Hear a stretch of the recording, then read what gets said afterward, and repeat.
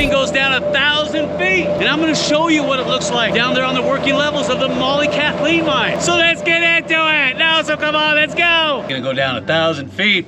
Oh wait, we're going up. What's going on? See the safety apron up above. Keep the rocks off of our head. There's the timber dogs on the side in case the cable breaks. Thank you. You see the hanging bolts and the different sets all the way down. In the spring of 1891, Mollie Kathleen's son Perry arrived in the Cripple Creek area employed as a surveyor, and in September of that year, 1891, Perry, while surveying Upper Poverty Gulch, saw a huge herd of elk.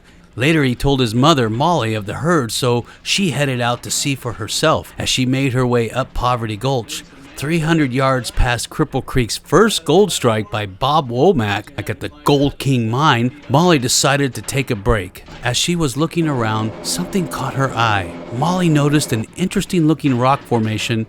Using a rock hammer to break off a sample, she could hardly believe her eyes. The outcropping was almost entirely laced with gold. With her heart racing, Mollie hid all of her gold samples in her clothing because she knew there was numerous prospectors in the area. Luckily for her, Bob Womack never checked the area she was at in the dozen years he spent up there looking in Poverty Gulch. By her determined act alone, Mollie Kathleen Gortner became the first woman in the gold camp of Cripple Creek to discover gold and strike a claim in her own name. This was clearly a bold move out of step with the times. Most men of the time only named their horses, jackasses, and mines after their women. It was very uncommon to let a woman claim anything of such value.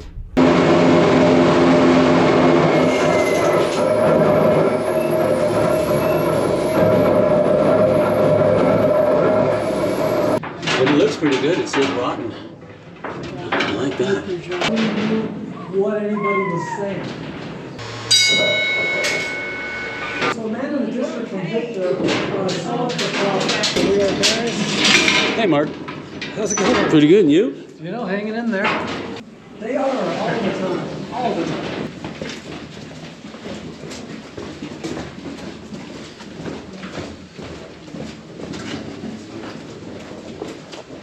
But there's some interesting things. Have any of you guys been in a gold mine before? Yeah. Yes. Was it this one? Yes, a long time ago. The miners would drill holes in the rock by hand using hand tools. So a single jacker was one miner, one sledgehammer called a single jack, and one drill steel. It's kind of like a chisel. And what they would do is they get a hole started and they'd pound it and turn it and turn it and turn it, much harder than I just did, until that hole is this deep in the rock. Then they have a series of longer and longer drill steels to go further and further into the rock. So you've got a guy with a 6-foot-long drill steel on his shoulder, he's kneeling down there, and then this guy behind him with a big giant sledgehammer pounding away. They had to be really, really good and of course very trusting because, well, they're switching roles every 15 minutes or so, and if you did accidentally hit your partner, in a few minutes he's going to get the hammer, right? So they were given 3 candles a day, and they had to make those candles last their entire shift. And I've even heard stories of these single jack miners, this guy working by himself. Once he would get a hole started, get a rhythm going with the pounding, then they would just blow their candle out and they would hammer away in total darkness. And then they came up with the carbide lamps, so these were a lot better. There's carbide crystals in the bottom, water in the top, drip that water into the crystal, and then that created a settling gas, and then you light that, a little flame coming out about right here. They used these in the mines for a really long time, so it was a really efficient light source for the guys down here.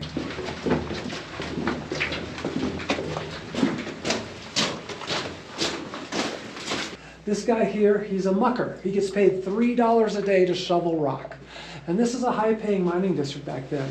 But he had to be really, really fast. He had to fill 2 of these 1-ton ore cars in an hour or he got fired. And there's a whole line of guys on the surface waiting to take his job if he's too slow. But if they were smart, they'd put these metal plates called muck plates on the ground before the blast. And then it was easier to shovel off of the metal as opposed to the bare ground. And one of the guys that came into the district early on, he got fired from 2 mines in 2 weeks because he wasn't fast enough.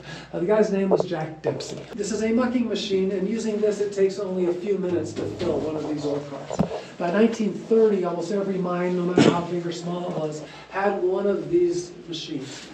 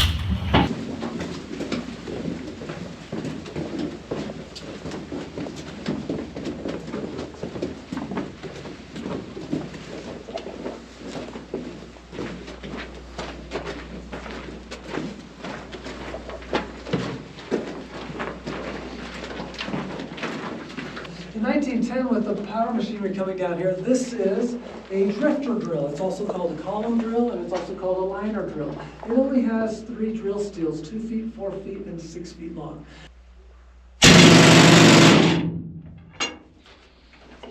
Now this pattern that they're drilling is very specific. Each of these is a 6-foot hole with 5 or 6 sticks of dynamite, except for this one right here in the center. They call it the reliever.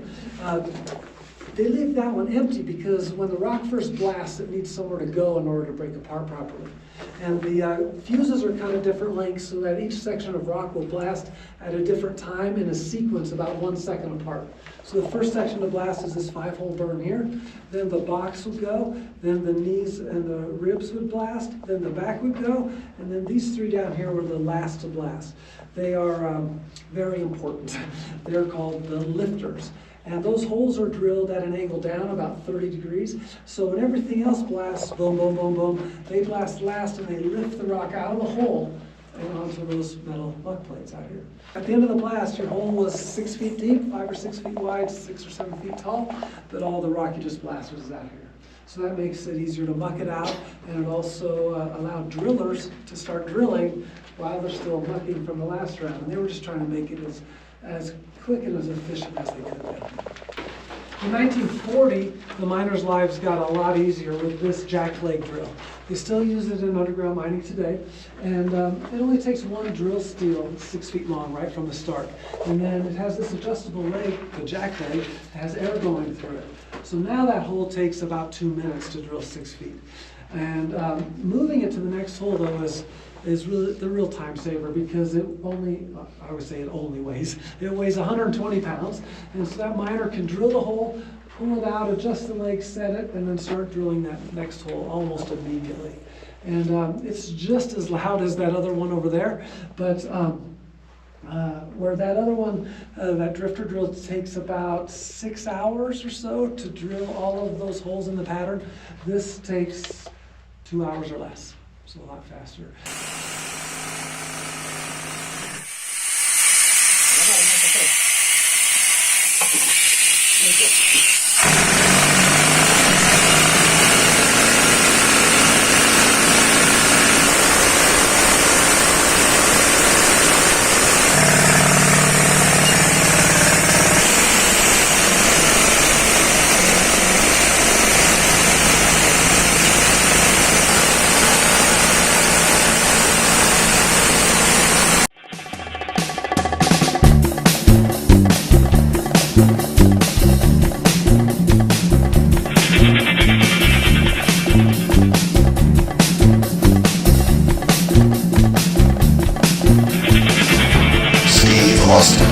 Astronaut. A man barely alive. Gentlemen, we can rebuild. We have the technology. We have the capability to make the world's first bionic man. Steve Austin will be that man.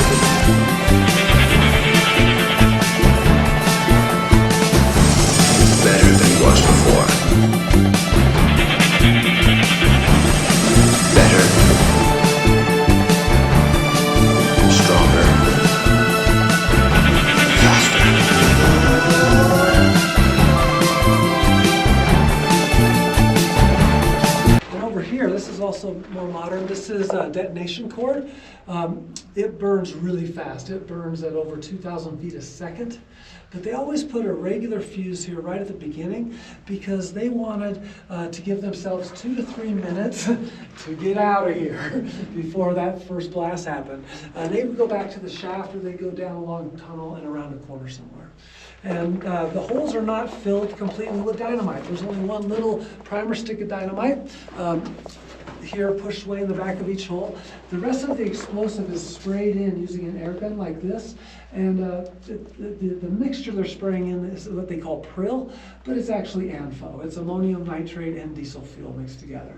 So it's more stable than dynamite and much more powerful than dynamite too.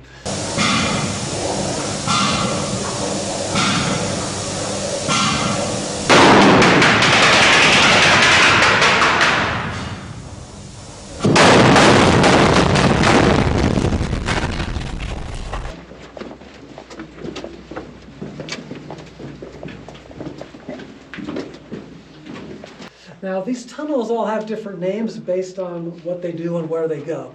I'll talk about a few of them here. So, well, we came down the shaft, of course. This we just walked through here. This is called a crosscut. And crosscuts were kind of like the highways of the underground tunnels, getting from a shaft to a vein of gold or from one shaft to another shaft, for instance. They made them as straight as they could. And as they're blasting these crosscuts, they are not really expecting to find any gold. They're getting to the gold. They already know where the gold is most of the time. But if they did hit some on the way through, that's a bonus. And it did happen occasionally.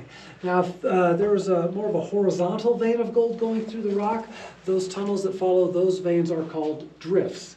And I think of it as drifting through the rock after the vein. But in this district, most of the veins are vertical in nature. They're going up and down. And so those tunnels that follow those veins are called stopes, S-T-O-P-E. And we'll show you a couple as we go along here. And there were some huge stopes in the district. Now, the mountain in the heyday, 1890s, early 1900s, had over 500 mines on it with shafts and tunnels. Every tunnel underneath the mountain is all connected together, kind of like the big giant anthill under here. And they did it on purpose for a couple of reasons. One was for safety, so if something happened in one part of a mine, they could get out somewhere else. And then also for the airflow. Do you guys feel the air coming through here? Yeah, it's all fresh air from the surface. It comes down certain shafts, goes through the tunnels, goes out other shafts. It's constantly circulating fresh air down here.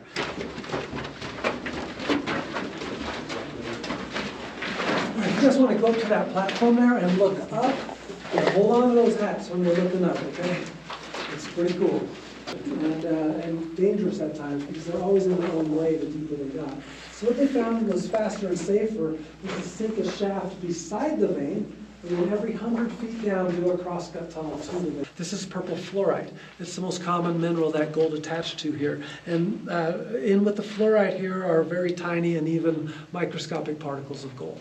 And by using heat and crushing and chemicals, they can separate the gold off of the fluorite. Iron pyrite, fool's gold. In this district, real gold attaches to the fool's gold. But the highest grade ores, the really valuable stuff, is called calaverite and sylvanite. They're telluride ores, and it's like silver aluminum foil streaks going through the rock. People with no idea about mining or geology or anything were picking up shiny rocks and becoming millionaires. And it did happen often here. So if you take a look where my light is here, see this little soda straw hanging down here? And look, that's not gold, but it's cool. Look right behind it, you see the purple. Right there. And then there's purple by the hole down there. And then if you come above it, you see that sparkle. And then there's purple with sparkles right there. And if you follow the sparkles up here, there's a dark streak of the purple right there. And that's what's left of the vein here in this race. And we can take turns doing that and look down that tunnel. It's pretty amazing. It's really cool.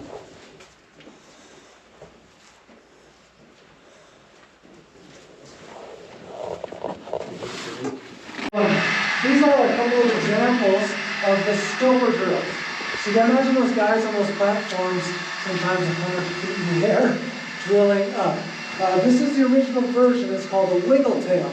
And it had a couple of big problems. The first one was, as they're drilling up, it only pounded up, it didn't turn. So the miner had to wiggle it like this while they're drilling, while they're up there high. That's pretty dangerous.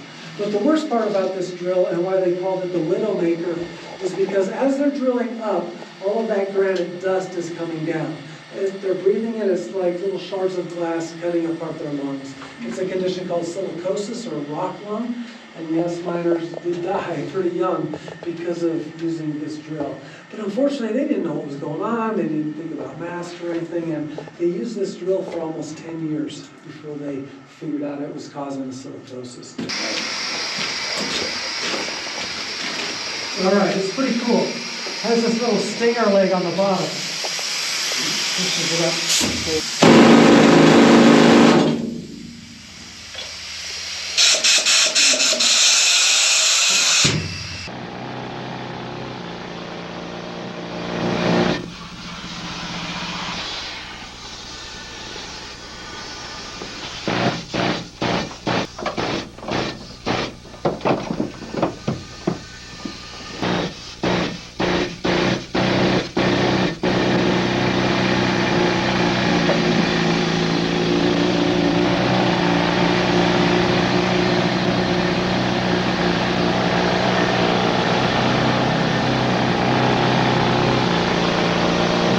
So that guy up there, he's the stope rat. He's the highest paid miner. He gets paid $4 a day because it's so dangerous. Now, they also had children working in the mines, 8 to 12 years old. And those kids got paid 50 cents a day to run errands for the miners. And one of the things they would do early on was the miner would be setting his staging area up there, but that big drill would be down here. And so he would throw a rope down, and then those kids would tie that rope to the drill. And then I think his name's Superman, because he'd have to pull that drill all the way up to where they were working. But once the air power came down here, they could build these troughs and have cables and pulleys and let these little tug lines work for them and use that air to pull the equipment up. So that was obviously much better. So come on over and find a seat.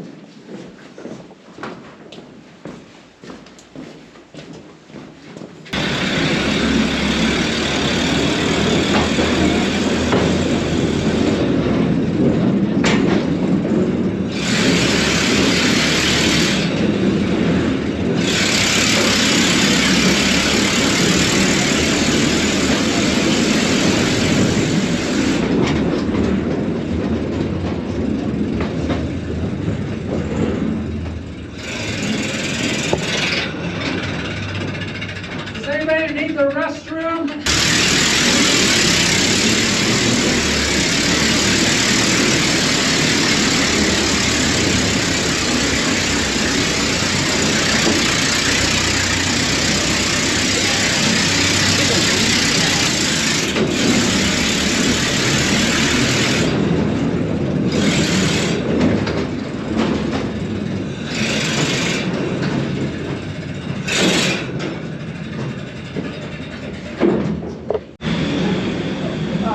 The mine shut down as being a producing gold mine. And the reason was there was only a few mines operating in the district and one mill, and just economically there just wasn't enough work for anybody. And so they shut down, but the Mollie Kathleen have been doing tours off and on since the 1940s. And so in 1961 they said, all right, full-time tours. And one of the original tour routes where the people walked came along the drift here, through the tool room where we are, and down the crosscut. Just like this little short tour, about 25, 30 minutes. This crosscut had been here for a really long time. It goes from the Mollie Kathleen mine to the Black Diamond mine, which is about 1,800 feet to the north in a straight shot. And so that rock wall was right here. Now in 1971, the mine owners decided, hey, let's expand the tour. Let's make it bigger, longer, catch some other features of the mine. So from 1891 to 1971, they'd gone by it maybe hundreds of times on this crosscut here and didn't know that this vein was 10 feet away. But there really wasn't any place to process the ore here, and they were expanding their tour, so they just left the vein here as part of the tour.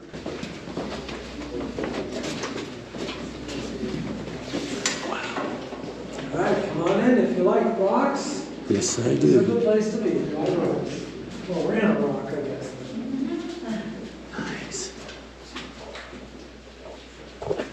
So unfortunately, we don't have enough time to talk about a lot of this stuff in here because there's just so much information. Naturally occurring formation here. That's just a little model. It's right next to it. See this nice piece of rock with silver going through it? That's a piece of the calaverite. And it doesn't look like gold. But if you heat that rock up to over 1,800 degrees, the tellurium will burn off and the gold is what's left. This is the iron pyrite variety.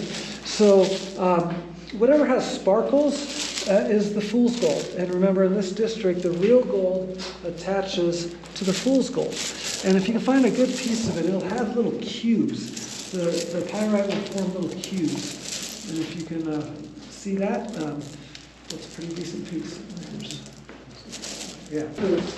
Oh, cool, a tugger. An old skip bucket. Well, yeah, we don't have any kids on the tour. Nice. Shively still intact. Oh, Nice. There's a So windlass. this was the original Mollie Kathleen vein. So in 1891, Mollie Kathleen Gordner was sitting on a rock outcropping 1,000 feet above us. She picked up a piece of quartz that had some free gold in it, and this was the vein of gold that came down from that rock outcropping. Now they've stoked it out, they've cleaned it out pretty much to the surface, but it's a good vein and they wanted to follow it further, so they did.